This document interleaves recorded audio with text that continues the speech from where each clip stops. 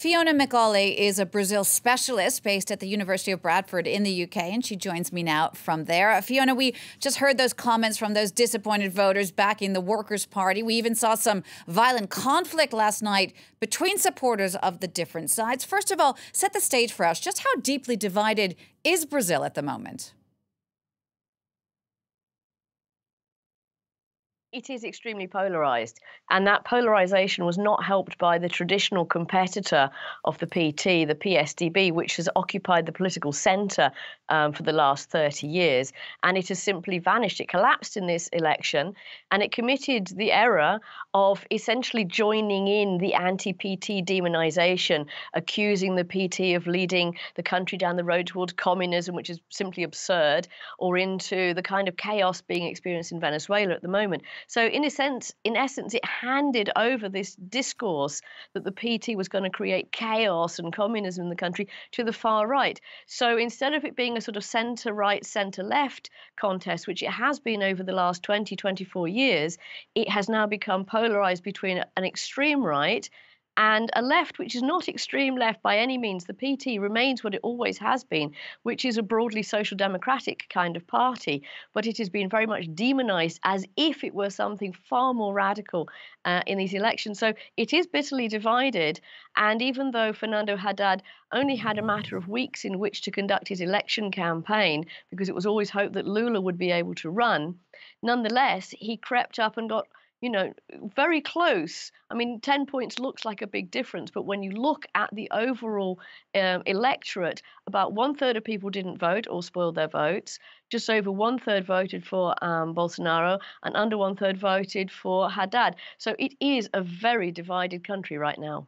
A divided country that now has this far-right leader at its head. I'm curious to know how much you think Brazil and the world can take Bolsonaro at his word. I mean, we've heard him speak positively about the country's former dictatorship. I'm wondering what that means about the future of the rule of law.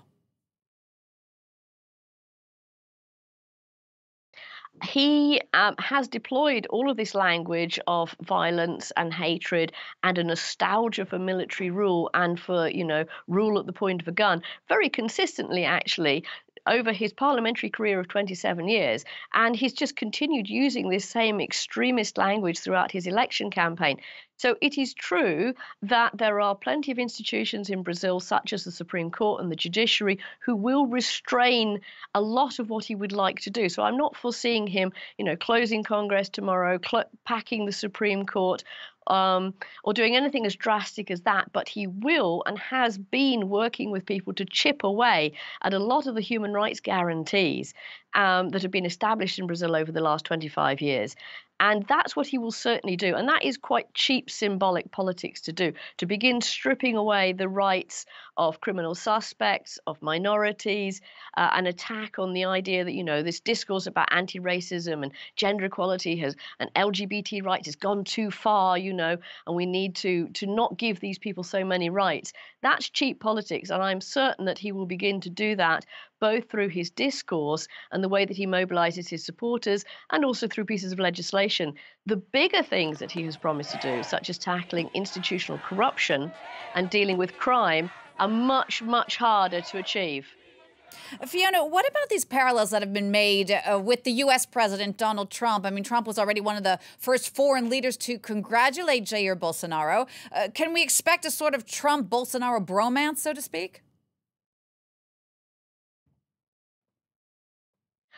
It's entirely possible. I mean, certainly Bolsonaro's campaign has been following the Trump playbook. We know that advisors like Steve Bannon were helping him.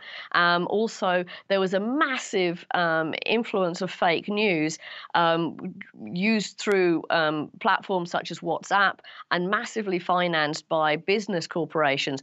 So we do anticipate he will continue to kind of follow this paradigm and that he will continue holding campaign rallies, because that's the way way to kind of gee up your supporters and get them mobilized. Whether they will actually like one another is difficult to say, actually. And it also comes down to questions of economics and of foreign policy. Because, to be honest, Latin America is not really a priority for the United States, except for Mexico and Central America. But Brazil hasn't really been top of the US's priorities for quite some time now.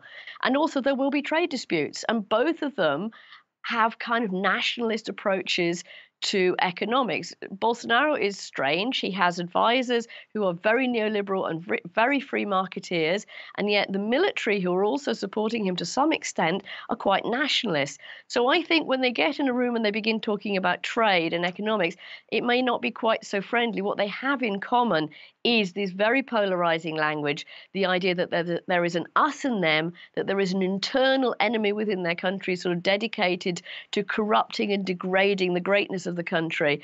And that's what they have in common, a certain sort of vulgarity and actually lack of experience of governing. So although Bolsonaro has been in Congress, and as your commentator said, he knows the rules of the game, he hasn't been the most active legislator and he hasn't run anything.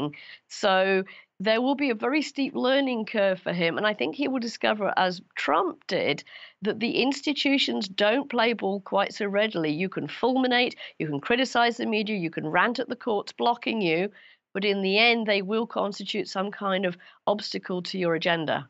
Fiona, thank you so much for taking the time to speak to us. Fiona Macaulay there, Brazil specialist based at the University of Bradford. Thank you so much. Take care.